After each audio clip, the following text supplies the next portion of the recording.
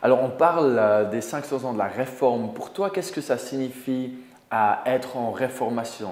On doit se réformer un peu tous les jours pour changer d'avis, revoir ses opinions si on en a besoin. Du coup, en fait, les réformateurs, ils insistaient beaucoup sur la lecture personnelle de la Bible.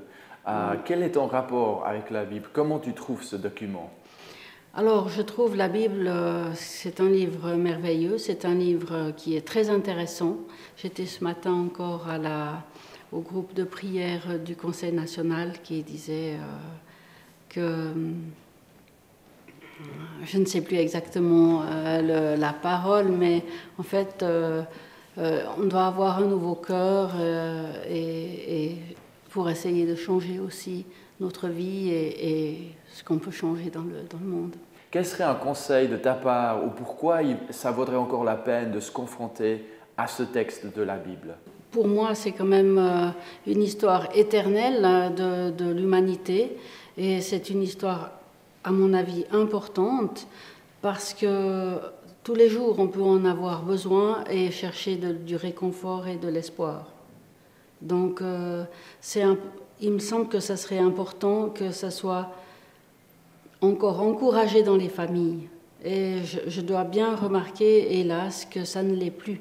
C'est peut-être encore aux grands-parents et à tous ceux qui sont encore actifs en religion de faire cet effort, d'en parler aux enfants, de donner la valeur de Noël, nous approchons de Noël, de dire c'est pas seulement les cadeaux, c'est pas seulement la fête, c'est aussi un enfant qui est né pour apporter un espoir magnifique au monde. Cet enfant qui est né, il s'appelle justement Jésus-Christ, Oui. donc le protagoniste du Nouveau Testament. Oui. Qu'est-ce que pour toi rend Jésus-Christ fascinant comme personnage? C'était un homme qui est né d'une famille pauvre, qui n'avait pas, justement, du moment qu'il était pauvre, il n'avait pas beaucoup de moyens, mais il a su rassembler les gens, il a su leur donner de l'espoir. C'est ça, il a su donner l'espoir. Peut-être pas pour tous le même espoir. Certains croyaient qu'il allait changer politiquement le pays, d'autres que ça leur amènerait peut-être de la gloire. Mais surtout, il a amené cet espoir dans le cœur des gens, ça c'était important. On peut continuer avec l'espoir. Et puis, bien sûr, le suivre, c'était enthousiasmant.